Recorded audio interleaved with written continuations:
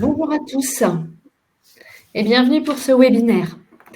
Notre objectif aujourd'hui est de partager avec vous des éléments qui vont vous permettre de mieux comprendre les tendances de l'absentéisme au sein des SDIS et de vous donner des clés pour améliorer la qualité de vie en service au sein de vos équipes. Pour ce faire, nous allons vous révéler les statistiques d'absentéisme 2022 et commenter les résultats des enquêtes RPS et QBS. Je me présente. Je m'appelle Armelle Maga, je suis directrice du marché SDIS au sein de Reliance ex-Sofaxis et je suis entourée aujourd'hui d'experts qui ont contribué à cette parution et que je vais laisser se présenter. Contrôleur général, je vous laisse la main. Merci Armelle. Donc je suis le contrôleur général Patrick Moreau, affecté à la Direction générale de la sécurité civile et à la gestion des crises, plus particulièrement à l'Inspection générale de la sécurité civile, et dans les missions qui sont les nôtres d'évaluation et de contrôle des SDIS, nous avons une mission particulière qui est ce qu'on appelle la MPAE, mission de prévention des accidents et des enquêtes, que j'ai la chance de diriger depuis quelques mois, et je suis entouré, même si vous ne le voyez pas à l'écran, par Pierre-Louis Gaëry, qui est donc un contractuel qui suit en permanence donc cette mission, et puis il doit y avoir également en ligne un des collègues, membre de la mission également, qui est Florian Swiris, donc colonel hors classe Florian Swiris, qui, au-delà de ses missions également d'évaluation et de contrôle, nous assiste et nous accompagne dans cette mission de prévention des accidents et des enquêtes. Et nous sommes ravis de la confiance que vous nous faites également et comment dirais-je, de la parole que vous nous donnez en tant qu'un petit peu grand témoin de ces webinaires pour vous faire partager la vision de la MPAE et de l'inspection générale sur cette thématique importante que vous avez citée en début de propos. Nous avons également la présence de René Spiès. René Spiès, directeur départemental adjoint pour du Nord quand j'ai quitté mes fonctions d'officier de sapeur-pompier professionnel, et depuis 3 ans j'accompagne Reliance ex-Sofaxis sur leurs projets, sur ces projets notamment pour le monde des SDIS, pour avoir une meilleure connaissance du monde des SDIS. J'accompagne toute l'équipe. Et Florent. Oui, bonjour, Florent Brun, donc nouvellement arrivé en tant que manager des risques sur le marché SDIS chez Reliance, adjudant SPP, chef de garde en disponibilité du SDIS 78. Merci à tous. Quelques mots sur Reliance pour ceux qui ne nous connaissent pas. Donc, nous sommes un groupe mutualiste européen en assurance, en protection sociale, en prévention et solutions de pilotage à destination des territoires et des SDIS. Aujourd'hui, on accompagne 2 SDIS sur 3. Et dans ce cadre, donc, nous produisons chaque année un panorama des absences pour raisons de santé de nos clients. Et en complément, on aborde une thématique différente. Cette année, nous avons choisi la qualité de vie en service au sein des SDIS, qui est un sujet qui rassemble et qui concerne l'ensemble des catégories de personnel. Ce webinaire va être rythmé en 2 temps. La présentation des statistiques d'absentéisme et de l'analyse de l'accidentologie, et un second temps qui sera consacré à l'analyse des résultats compilés des enquêtes RPS et QVS que nous avons menées depuis plusieurs années pour le compte de SDIS et qui seront étayés par différents témoignages de la FEDE par la voix de son président, de médecins, de SDIS qui ont mené des démarches et d'experts. J'en profite pour les remercier tous du temps qu'ils nous ont consacré, ainsi que les équipes Reliance qui ont recueilli ces témoignages, construit et mis en forme cette parution. Enfin, j'ai le plaisir de vous informer que vous aurez accès en avant-première à l'intégralité du webinaire à l'issue de cette présentation. Celle-ci est désormais en 100% numérique. Donc là, vous n'en verrez qu'un échantillon et vous aurez accès à la totalité à l'issue. Je vous propose de passer aux chiffres. Alors, tout d'abord, un petit point de méthodologie rapide. Donc, sachez que l'ensemble des chiffres que nous vous présentons, ils sont issus de nos bases Les populations concernées, elles regroupent plus de 96 500 répondants qui sont issus des catégories de personnel SPP, SPV, PATS. Et pour les 3 catégories de SDIS, sachant que 82% des SDIS représentent plutôt des catégories B et des catégories C, qui sont des SDIS clients et qui sont assurés au moins en accident de service.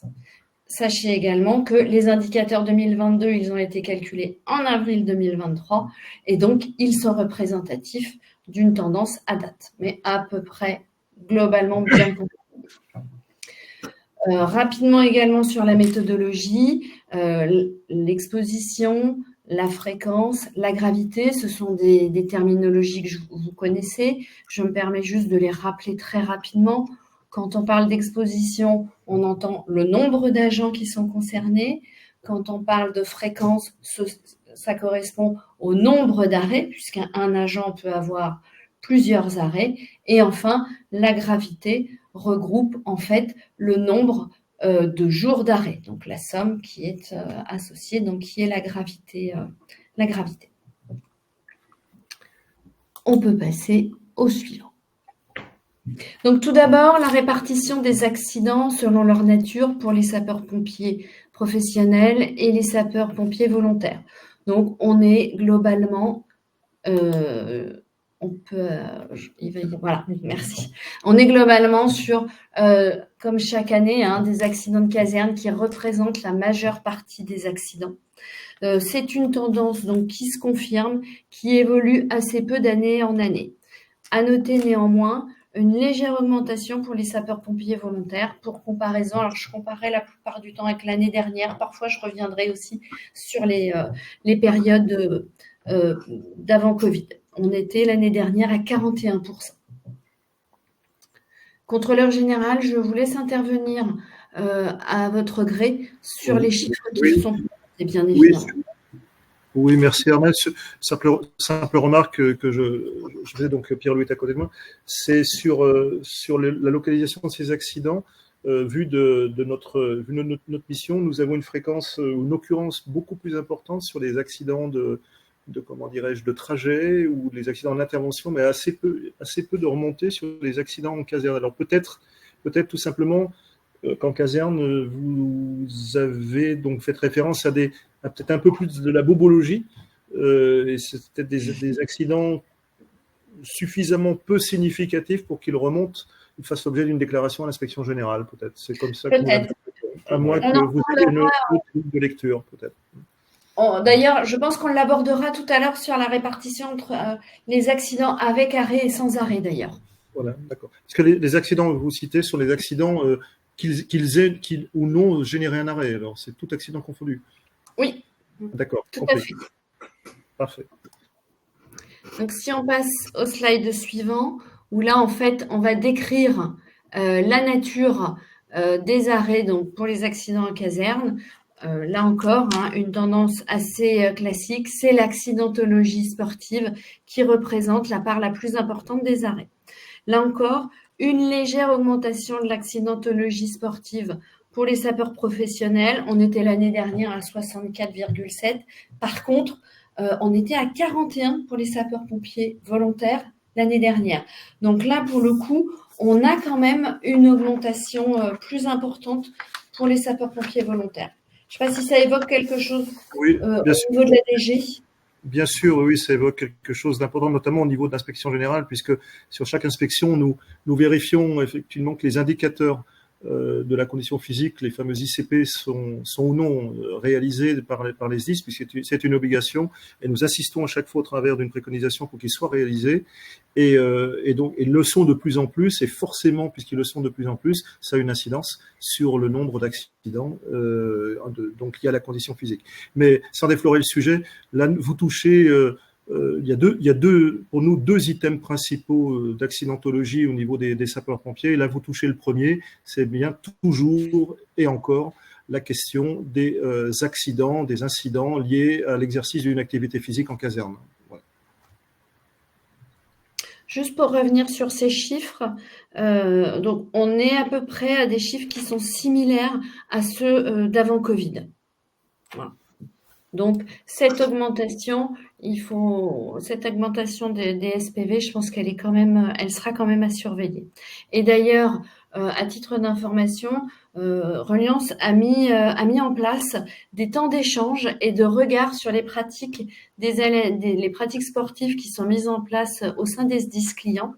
Alors c'est pour les clients qui le souhaitent, hein, donc c'est, on va dire, un diagnostic conseil. En fait, ça nous permet de dégager les points forts et les axes d'amélioration que peuvent engager des SDIS à ISO Ressources. Donc on est attentif. Sur la partie des accidents en intervention. Alors, une majeure partie sur les secours à victimes. Néanmoins, cette année, on a observé que la part des accidents suite à feu, donc là on peut peut-être le mettre en exergue, elle a évolué. Alors quand on parle de feu de différentes natures, les feux de végétation, d'espaces naturels, les feux de structure ou les feux divers. Néanmoins, cette augmentation des interventions à incendie, elle pourrait être attribuée à la campagne des feux de forêt 2022. Alors c'est vrai que c'est une remarque qu'on nous a faite. Aujourd'hui, on ne fait pas de distinction, d'ailleurs, quand on a un arrêt, une cause d'arrêt feu, on ne fait pas de distinction par type d'arrêt. C'est peut-être un axe qu'il faudrait qu'on prenne dans les années à venir.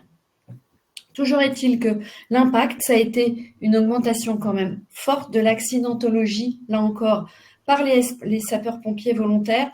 Pour vous faire une comparaison, dans les années précédentes, on était dans des proportions d'environ 35-37% sur les 3 années précédentes.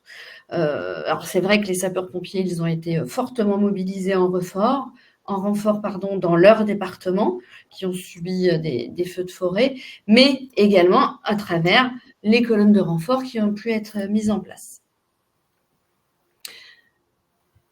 Juste peut-être un commentaire, Armelle, par rapport à ce slide, qui ne reflète pas exactement les statistiques qui sont les nôtres au niveau de l'inspection générale. On cherche à en comprendre les raisons. À mon sens, 2022, nous sommes encore dans les suites un petit peu du Covid. Donc, ça m'étonnerait pas qu'un certain nombre d'arrêts liés imputables au secours à victimes soient en fait des gens qui aient pu être, encore une fois, contaminés potentiellement, par le virus. Voilà, ça c'est la première chose. La deuxième chose, peut-être avez-vous, et là je m'adresse aussi à vos adhérents, comptabilisez-vous les déclarations d'exposition au sang, parce que c'est un petit peu systématique dans les SDIS. Dès que quelqu'un est susceptible d'avoir été exposé, on fait une déclaration, et parfois, qui souvent, et fort heureusement, n'est pas suivie bien entendu des faits, mais souvent dans les SDIS, on oublie après de dire qu'il n'y avait rien, et c'est la déclaration qui peut concerner tout l'équipage de l'ambulance, donc à chaque fois c'est 4 sapeurs-pompiers, voire 3. Ça fait augmenter virtuellement les statistiques, voilà, parce que vu de l'inspection générale, les accidents surviennent très majoritairement chez nous en opération sur des phénomènes de feu. Et y compris sur l'année dernière. Oui, y compris pour l'année dernière, bien sûr.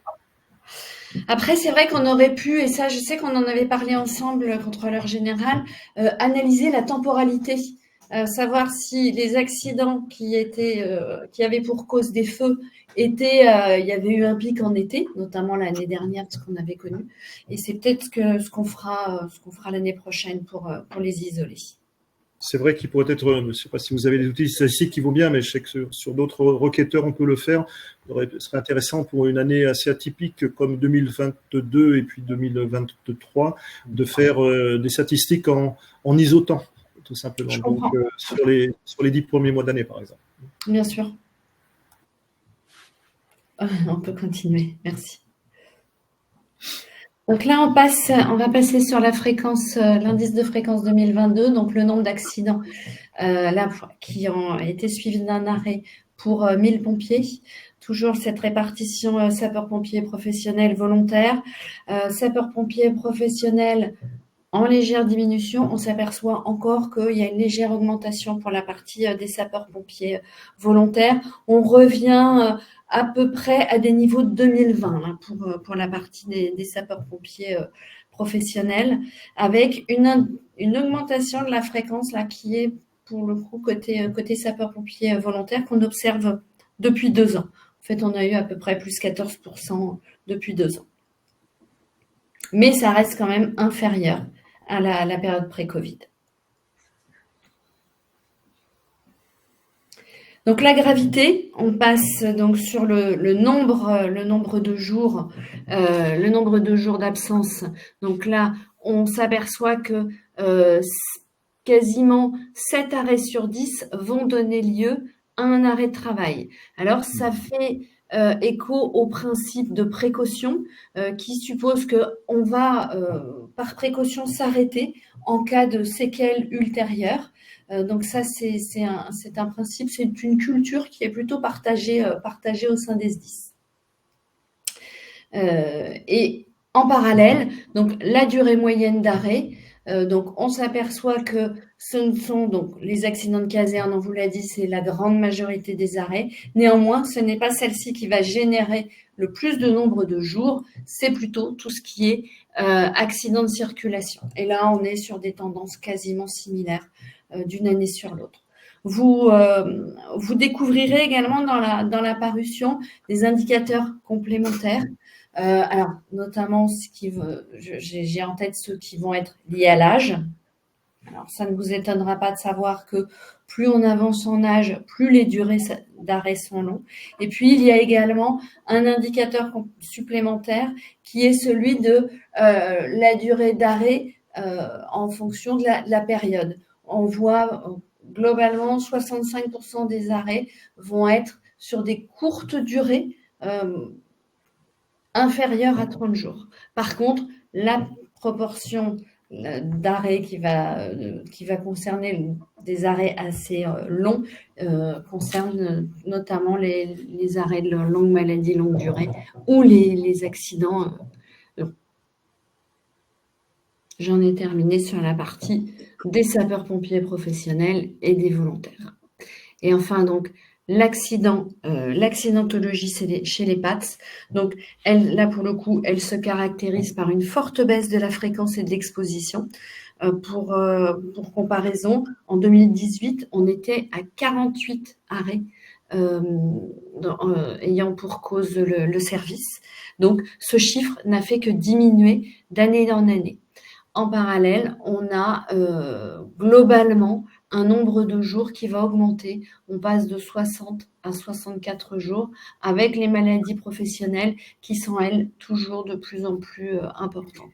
En résumé, on a des PATS qui sont moins nombreux à s'arrêter, mais par contre qui subissent des durées d'arrêt plus longues. Voilà pour la partie des statistiques. Vous souhaitiez intervenir, contrôleur général ?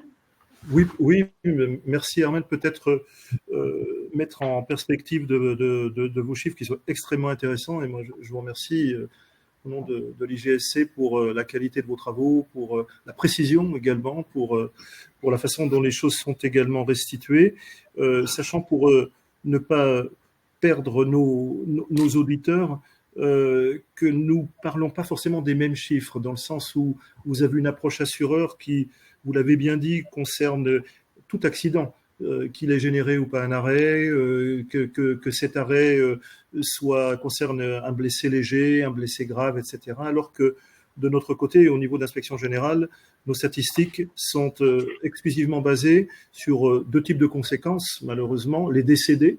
Donc là, forcément, c'est quand même quelque chose de particulièrement grave, ou ce qu'on en appelle les urgences absolues, c'est-à-dire les blessés graves. Voilà. Donc, je peux vous donner quelques tendances pour conclure cette partie sur les chiffres 2022, donc qui ont été notamment établis et suivis de près par Pierre-Louis, qui est à côté de moi. S'agissant des décédés, nous avons malheureusement compté 11 décédés en activité de service l'année dernière, donc en 2022, donc 10 sapeurs-pompiers professionnels volontaires et un sapeur-sauveteur. Et c'est ce que je voulais dire en comment dirais-je, de façon importante, la thématique ou malheureusement la cause principale du décès, et ça c'est très important, ce sont les trajets domicile-service.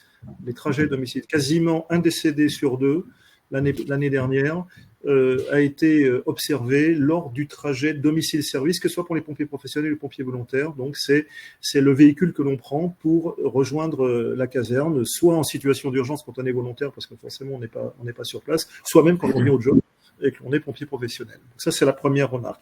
Les deux items suivants, à 20% globalement, à égalité, donc c'est l'opération ou les trajets opérationnels. Et donc, on est encore dans le trajet.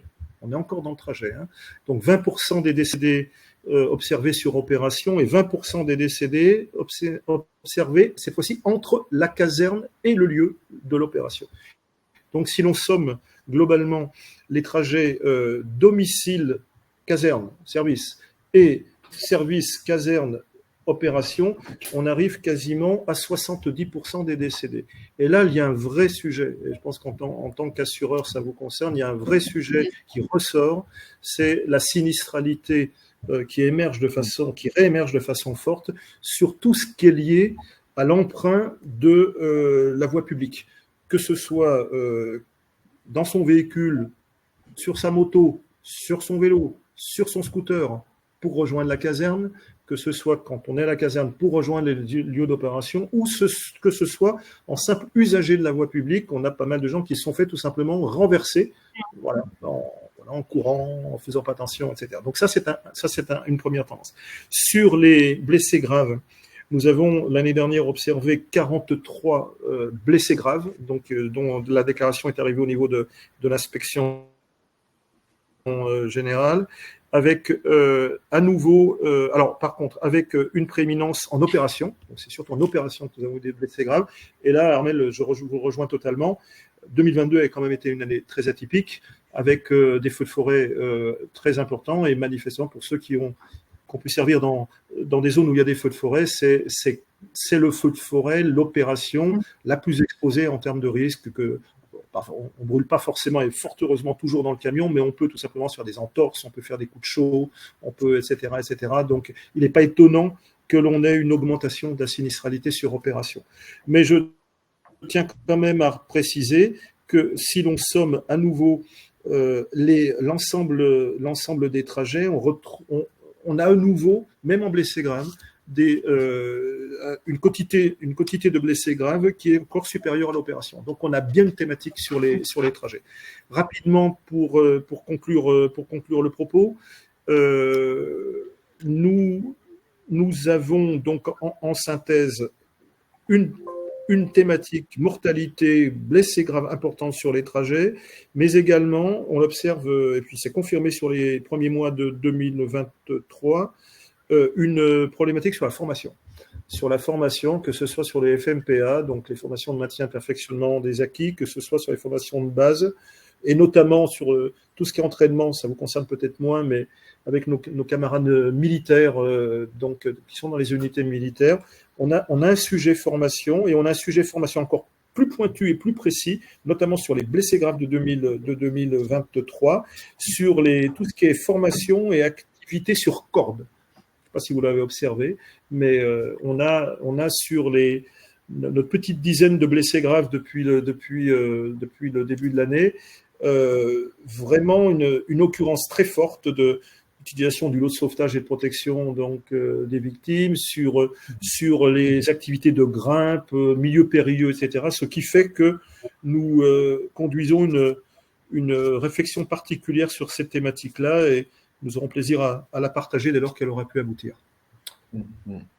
Merci beaucoup pour ces compléments, effectivement, qui orienteront nos réflexions internes en faveur de la prévention. Je vous propose de passer à la deuxième thématique, donc, qui est celle de l'analyse des résultats des risques psychosociaux, et je laisse la parole à René. Merci Armel de me confier la parole sur cette partie-là, puisque finalement tous les ans on fait un focus sur une thématique particulière, et là nous avons choisi de porter notre regard sur justement la qualité de vie en service. D'un point de vue méthodologique, donc cette enquête, elle est issue des données que l'on a récupérées dans la base de données de Reliance, et elle est issue d'enquêtes RPS, qualité de vie en service, qu'on a pu réaliser dans 13-10 entre 2015 et 2022, mais surtout sur les 3 années antérieures. Et au total, hein, c'est pour ça qu'on est bien prudent sur le fait qu'elles ne représentent pas une tendance nationale ou elles sont véritablement des indicateurs. Elles représentent environ 4000 SPP-PATS. Attention, les catégories SPP-PATS sont confondues et elles intègrent également, en répondant, un peu plus de 1000 sapeurs-pompiers volontaires. C'est certain que les chiffres qu'on a analysés, l'année prochaine, on essaiera de faire un distinguo entre SPP-PATS pour arriver à mieux préciser justement sur la partie des emplois permanents, éventuellement quel est le retour et la spécificité de la perception de la qualité de vie en service et des conditions d'exercice au sein des SDIS. Si on peut passer sur une note globale de la satisfaction des agents, on s'aperçoit que finalement, dans la partie des gens qui ne sont pas satisfaits, finalement, qui sont dans le carré ou le rectangle qui est orange, sur la zone d'insatisfaction, on n'a pas vraiment beaucoup de monde. Par contre, dans la zone de satisfaction moyenne, on a pratiquement un SPP-PATS sur 2. Et on s'aperçoit que globalement, la courbe des sapeurs-pompiers volontaires a plutôt tendance à glisser par rapport au SPP-PATS sur une zone de satisfaction, ce qui fait que finalement, on a le constat suivant. 6,4 sapeurs-pompiers volontaires sont plutôt satisfaits des conditions d'exercice au sein d'un SDIS. Et par contre, on a une note qui est un peu plus, je dirais, pessimiste ou fragile. C'est une note de 5,4 pour les SPP-PATS qu'on met en correspondance par rapport à celle de la satisfaction globale dans la fonction publique territoriale, qui est finalement, elle, de 6,3 sur 10, pratiquement assez analogue à la perception de la qualité de vie en service des sapeurs-pompiers volontaires. Donc voilà, ça nous donne une première tendance. Et maintenant, si on va un petit peu plus loin, justement, finalement, ce qui anime, je dirais, le sapeur-pompier volontaire ou le SPP-PATS, les sapeurs-pompiers professionnels et les personnels administratifs et techniques, on s'aperçoit que globalement, à 20%, les pompiers professionnels et personnels administratifs et techniques quand ils arrivent au travail, sont plutôt motivés, ils sont détendus à 14% et ils sont enthousiastes. Par contre, véritablement, on a quand même des chiffres qui sont un peu plus pessimistes, un peu plus négatifs, entre guillemets. C'est que 20% d'entre eux sont découragés, 13% sont stressés, ou pour une partie, ils sont épuisés ou sans ressenti particulier. Voilà, donc ça, on s'aperçoit que finalement, le SPP-PATS commence sa journée avec peut-être un petit peu plus de poids au niveau des chevilles et des pieds qu'un sapeur-pompier volontaire qui est beaucoup plus enthousiaste, motivé à 31%, détendu et enthousiaste à 20%. Voilà, donc c'est des tendances qui fait que on peut dire que finalement le sapeur-pompier volontaire, lorsqu'il démarre sa journée, qu'elle soit professionnelle ou finalement parce qu'il a peut-être il est d'astreinte dans son engagement de volontaire, démarre la journée de manière un peu plus, je dirais, sereine que les SPP-PATS des SDIS. Et si on regarde un petit peu de manière assez globale ce qui est le plus important, autant les SPP-PATS, que le contenu de travail est à peu près équivalent aux relations humaines et entre collègues. Par contre, pour le sapeur-pompier volontaire, les relations humaines au sein du centre sont quand même beaucoup plus importantes que justement le contenu de travail ou les conditions d'exercice. Donc voilà, ça, ce sont les grandes tendances de ce qui ressort de ces enquêtes de QVS. Et on peut aller éventuellement un petit peu plus loin, si on passe sur la diapositive suivante, à travers justement notamment l'éclairage sur les critères de la dimension qualité de vie en service, des critères GOLAC tout simplement. Si on passe sur l'intensité, on s'aperçoit que globalement sur l'intensité, les sapeurs-pompiers volontaires ont la variété des activités chez les sapeurs-pompiers professionnels font que cette variété d'activités est une source de motivation pour pratiquement 77% d'entre eux. Ils expriment également que ces activités demandent une grande réactivité, mais pourtant, elles sont malgré tout répétitives. Ils estiment qu'à 70%, quand même, ce sont des activités qui sont plutôt répétitives et que ces activités sont souvent interrompues avant d'être achevées. Ils estiment, par contre, là, c'est un petit peu plus que seulement un agent sur deux estiment disposer des moyens pour les réaliser.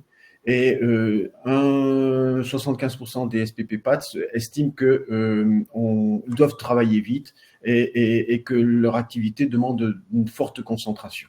Sur les sapeurs-pompiers volontaires, je suis toujours sur l'intensité avec un chiffre qui est quand même beaucoup plus élevé, hein, à 6,8 que par rapport à 5,2 pour les PATS et sapeurs-pompiers professionnels. À 88%, les sapeurs-pompiers se sentent investis au sein du centre de secours. Les trois quarts d'entre eux estiment avoir des activités variées.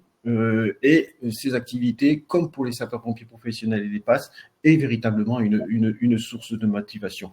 Autre source de motivation chez les sapeurs-pompiers volontaires, c'est aussi le sport, puisqu'à 9 répondants sur 10 estiment que le sport, les activités physiques plutôt, on devrait dire ça, participent à la cohésion des équipes. Maintenant, sur le critère de l'autonomie, on s'aperçoit que, et ça c'est la tendance qui sort également de l'analyse de ces critères GOLAC, c'est que les sapeurs-pompiers professionnels et les PATS peuvent prendre des décisions, ils estiment qu'ils peuvent le faire à 70% et que leur niveau d'activité demande de la compétence. Par contre, un sapeur-pompier professionnel PATS sur 2 estime qu'il a les outils suffisants pour pouvoir travailler et également que la formation, seulement pour un répondant sur 2, correspond à leurs besoins. Les SPPV, les sapeurs-pompiers volontaires ont également, je dirais, à 70% estiment pouvoir exercer et prendre des décisions et exercer leur activité de manière sereine, ce qui est plutôt confortable. La grande majorité des sapeurs-pompiers volontaires à 80% affirment avoir les moyens pour exercer leur activité de sapeur-pompier volontaire. Ils estiment même pratiquement à 96% qu'ils estiment savoir faire, savoir ce qu'ils ont à faire en intervention, que les rôles sont bien définis et qu'ils disposent des moyens, je dirais, pour réaliser leur mission. Sur le critère suivant, qui est finalement sur les conflits de valeurs et les valeurs, on s'aperçoit que les SPP-PATS affirment qu'ils se sentent utiles à presque 90% et qui sont impliqués dans leur mission de service public et qui sont fiers à 75% de faire ce métier. Et 2/3 des répondants estiment également que certaines pratiques, par contre, vont à l'encontre de leurs valeurs personnelles et que les règles qui régissent leur activité semblent parfois injustes pour pratiquement la moitié d'entre eux. C'est un élément, je dirais, de discussion qu'on a eu éventuellement avec le contrôleur général Christophe Glazian, qui fait partie des témoignages et qui justement sur lequel que l'on a interrogé finalement pour comprendre un petit peu justement pourquoi justement il y avait ce conflit de valeurs, notamment dans le monde des sapeurs-pompiers professionnels et des PATS. Pour les sapeurs-pompiers volontaires, ils se sentent plutôt impliqués dans les missions de service public à 90%. Et ils considèrent que leur engagement est utile, et c'est une réalité à 95%, et ils en retirent beaucoup de fierté, pratiquement à 90%.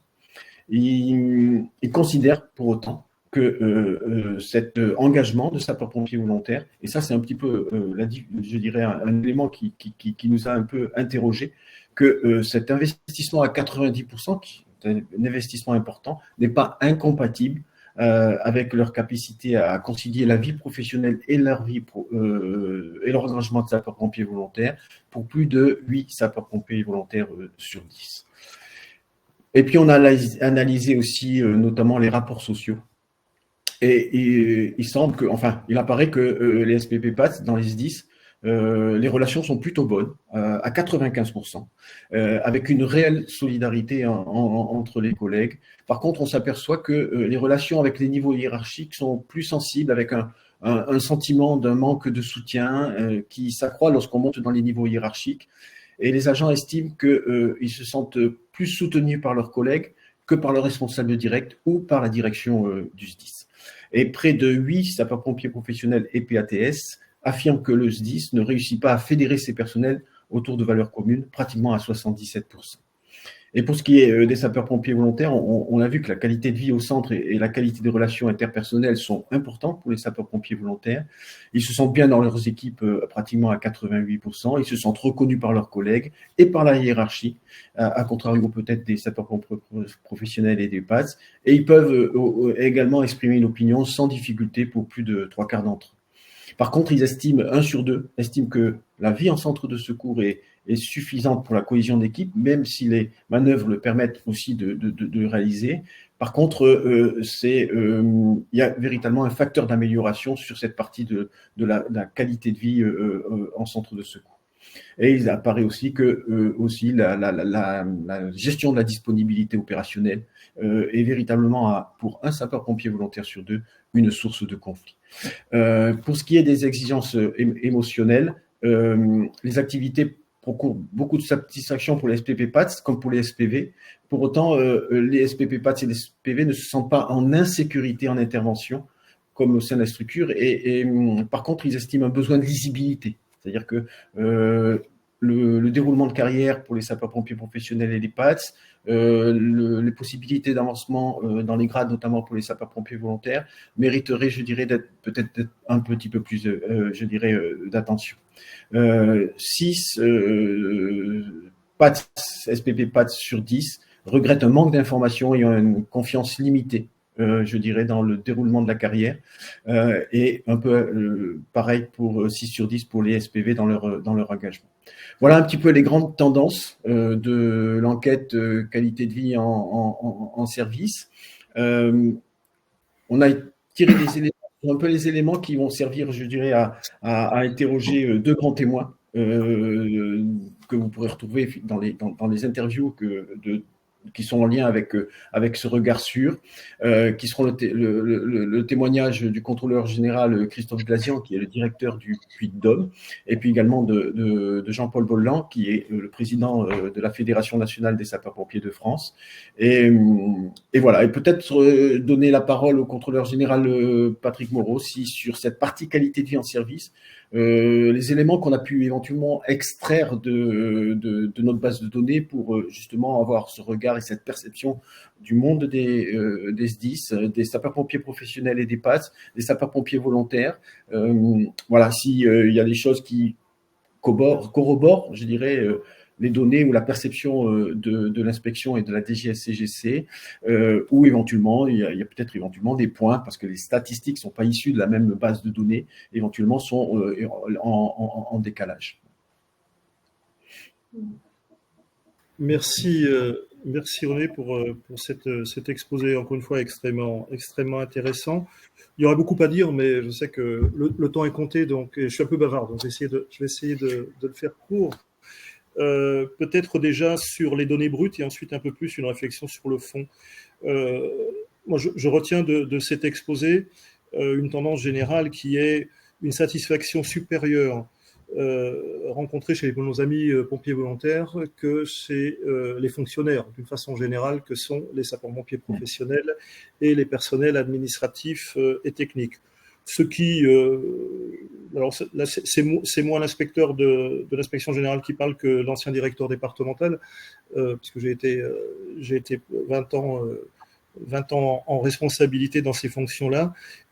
C'est pas surprenant parce que le volontaire, pour lui, être pompier, c'est pas un job, c'est une activité. Et d'ailleurs, c'est important de le signaler. C'est une activité qui est librement choisie. Donc, on peut être pompier volontaire si on le souhaite, on peut ne plus être pompier volontaire si on le souhaite également.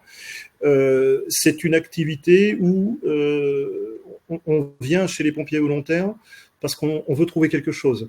Il y a une étude sociologique qui va nous falloir d'ailleurs dépoussiérer rapidement, qui était Manalares à l'époque, qui avait identifié 4 typologies. Donc de pompiers volontaires. On avait ceux qui venaient tout simplement parce qu'on disait des campagnards, c'était pour aider les gens du village. On avait ceux qui venaient parce que c'était le militaire, donc ils voulaient retrouver là, dans leur engagement une sorte d'ordre. On avait ceux qui venaient parce qu'ils se sentaient héros. Donc en faisant ceci, je suis celui qui sociologiquement incarne le héros. Et puis on avait également celui qui était secouriste. On a les 4 typologies. Donc chacun savait pourquoi il venait à chaque fois. C'était une volonté de venir passion. Voilà. Alors tant que c'est la passion, c'est bien. Quand ça devient passionnel, c'est un petit peu plus compliqué à gérer, ce qui explique également qu'il y a pour autant certaines insatisfactions, même si l'on est volontaire. Mais voilà pourquoi on vient volontaire. pompier professionnel ou personnel administratif et technique, ma foi, les choses sont un petit peu différentes. C'est non pas une activité, c'est un job.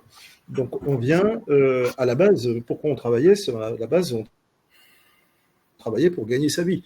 Faut bien le dire. C'était comme ça que les choses se faisaient. On venait travailler pour gagner sa vie. Et puis petit à petit, et c'est là où on arrive à la notion de QVS, on vient désormais selon les générations, hein, les fameuses générations X, Y, Z, on vient certes pour gagner sa vie, mais on vient également pour exercer une activité où on se sent utile. Il faut que désormais, quand on a une activité, on s'y retrouve dans les valeurs, on s'y retrouve dans la reconnaissance, on s'y retrouve dans le plaisir de travailler avec les autres, etc., etc. Et c'est bien naturellement, on commence à se poser des questions sur suis-je bien à mon travail, etc. Donc, je ne suis pas surpris de voir que le niveau de satisfaction global entre les pompiers professionnels et les pompiers et les personnels administratifs et techniques est inférieur à celui des pompiers volontaires où on vient pour une passion. On ne vient pas pour la même chose. Voilà. Pour autant, ça ouvre effectivement le champ à toute la politique QVS, voilà, qui dépasse largement les simples risques, l'identification des risques psychosociaux, où René, tu l'as bien dit, et je le rappelle, hein, c'est une obligation réglementaire de faire pour chacune de nos structures, donc identifier les risques, prévenir les risques psychosociaux, etc. La politique de qualité de vie au service, eh bien, transcende tout ça, elle est transversale. La qualité de vie au service, c'est certes les risques psychosociaux, c'est la santé-sécurité, mais c'est également, et tu l'as dit, les équipements mis à disposition, la façon dont le travail est organisé, les relations entre les interprofessionnels, etc. Et c'est toute l'ambition de la politique QVS qui va faire l'objet d'ailleurs, parce qu'il y a parfois un petit peu de confusion entre ce qu'est la QVS, ce qu'est la sécurité en service, ce que sont les risques psychosociaux. Donc nous l'avons bien identifié au niveau de l'inspection générale et nous avons l'ambition donc de sortir très rapidement un guide qui va effectivement refixer un certain nombre de définitions pour que tout le monde, comme M. Jourdain, ne fasse pas de la prose sans savoir, mais globalement utilise bien les bons acronymes pour les bonnes choses et les bons mots qui sont derrière les bonnes actions. Voilà, chaud comme ça, quelques commentaires. Merci beaucoup, contrôleur général. Je vous propose de passer la main à Florent pour la dernière partie. Merci. Et sous forme de transition, peut-être à noter que les détails de cette enquête RPS sont disponibles sur le lien pour avoir une vision digitale et complète. Alors, sous forme de transition, oui, parce qu'on parlait des témoignages qui seront effectivement également disponibles sur le lien. Les témoignages qu'on a recueillis suivent la logique suivante, en réalité. Si je devais la donner en 4 points, d'abord les réactions de l'enquête, avec 2 témoignages croisés. L'un donnant la vision de la QVT, de la santé et sécurité au travail chez les sapeurs-pompiers professionnels et les PATS, vus par le directeur du SDIS du Puy-de-Dôme, le contrôleur général Glazian, et en écho, la vision de la fédération par la voix de son président, le colonel Jean-Paul Bosselan, qui donnera son ressenti sur les SPV. Alors, notez qu'on les a interrogés sur les grandes tendances de l'enquête, la satisfaction, la motivation, le sens de leur mission, les rapports sociaux et la place du commandement dans la qualité de vie en caserne. Et du fait, ils témoignent tous les deux de la prise en considération des différences entre l'activité SPV, la profession SPP, et la façon dont c'est vécu pratiquement en caserne. Ces 2 témoignages tentent d'apporter des réponses aux écarts qu'on a pu observer dans les différentes catégories de personnel. Mais s'il y a un point sur lequel ils sont unanimes, c'est sur l'engagement qui anime les personnels professionnels et volontaires. La place que doit occuper le management pour distiller une culture de la QVS, en rebond notamment sur le discours du contrôleur général Moreau, et les évolutions sociétales auxquelles ils sont confrontés. Sur un deuxième point, on aura la vision de 2 médecins. Le premier, Clément Duré, qui est le chef de service de la médecine du travail à la PHP, et qui explique en quoi le risque psychosocial est plus prégnant chez les sapeurs-pompiers que dans les autres professions, et la nécessité de la prise en charge de ce risque. Il décrira également les syndromes du stress, ce qui peut aider à s'auto-diagnostiquer, et la nécessité du fait de les identifier pour pouvoir évacuer la charge liée aux événements traumatiques qu'on accumule. Dans un deuxième temps, le docteur Millier, qui est le médecin-chef des 3SM SDIS Ardèche, qui lui rappelle l'importance de la dimension psychique sur l'évaluation de l'aptitude, dans l'aptitude du moins, et décrit la volonté de donner une prise en charge holistique à l'individu dans la gestion du stress post-traumatique. Par la suite, nous avons un abord de la QVS au sein des SDIS, avec le retour d'expérience de Romuald de Gorenflot, commandant dans le SDIS de l'Oise, qui présente deux types de démarches. La démarche dite du pas à pas, avec des actions réalisées à court terme, à iso-ressources, et dont les effets sont plutôt immédiats. Et dans un deuxième temps, l'acculturation à la politique QVS vue de manière plus globale sur un périmètre plus large et dans une vision de gestion de projet. Nous aurons également l'intervention de Benoît Kergus qui lui décrit une démarche déployée au sein du SDIS des Côtes d'Armor. Partant d'une évaluation des RPS, le SDIS a choisi de s'engager vers une politique globale de QVS et il décrira principalement comment réussir à garder une dynamique sur une démarche menée il y a plusieurs années, les enseignements qu'on peut en tirer. Et enfin, donc, différents outils pour développer la qualité de vie en service. Le premier, la préparation mentale opérationnelle, présentée par Thierry Gilbert, qui est un élément complémentaire à la préparation physique et technique, et qui permet en fait aux sapeurs-pompiers d'arriver à la garde en ayant le sentiment d'être prêt, d'être disposé, et qui permet également de développer une forme de résilience. Nous verrons avec Marc Ridel l'utilisation d'algorithmes et de logiciels contribuant à améliorer la santé, la sécurité et la qualité de vie des agents en horaires atypiques, de façon à optimiser leur capacité en intervention.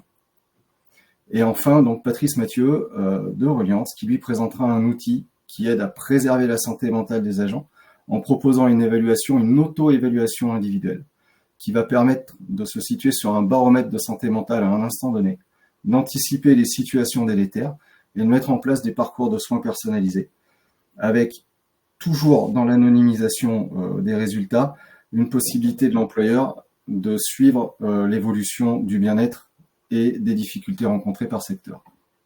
Voilà. Merci Florent. Contrôleur général, souhaitez-vous apporter un éclairage final ?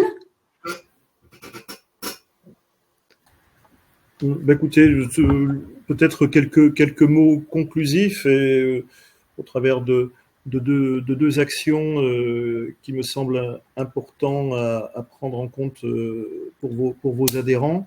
Au vu de nos statistiques, encore une fois, et des événements malheureux que l'on a à traiter, c'est vraiment insister sur des actions engagées en matière d'exposition au risque routier. C'est vraiment la priorité pour nous des priorités. Et je l'ai pas dit tout à l'heure, mais sur les trajets domicile-travail, ce qui est assez surprenant, c'est que la gravité et l'occurrence chez nos collègues et personnel administratif et technique a rejoint celle des pompiers professionnels et des pompiers volontaires.